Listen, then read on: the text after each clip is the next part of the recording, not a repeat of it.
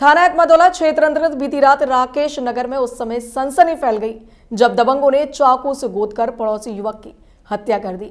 हत्याकांड की सूचना मिलते ही एसएसपी सहित थाने का फोर्स भी घटनास्थल पर पहुंच गया और पूरे घटनाक्रम की जांच पड़ताल में जुट गया।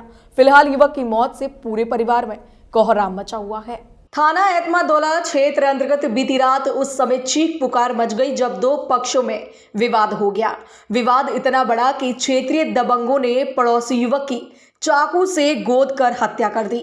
हत्याकांड की सूचना मिलते ही इलाकाई थाना पुलिस घटनास्थल पर पहुंच गई, लेकिन पुलिस के पहुंचने से पहले ही दबंग हमलावर मौके से फरार हो गए।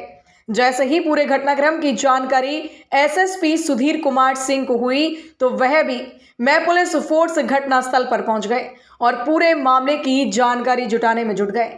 युवक की मौत से परिवार में कोहराम मच गया।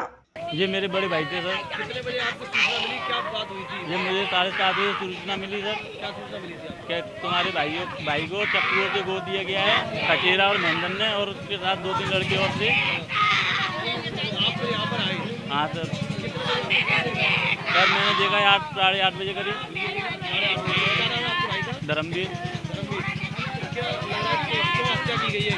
सर बहुत पहले छोटे पे झगड़े के पीछे थे, इन पे 2-3 बार भी कर दिया गया है गोलियों से। गोली अब भी शरीर में भी है और उंगली भी कटी हुई है गोलियों से।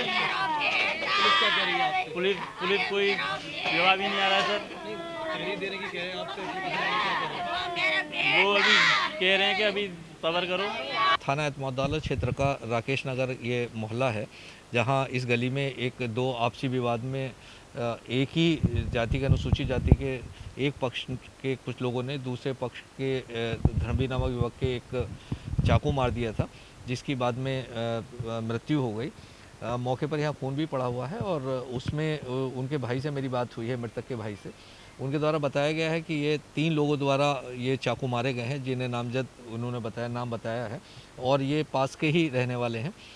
इनके द्वारा ये भी बताया गया है कि इनका भाई पहले 2 मामलों में जेल गया था और उसे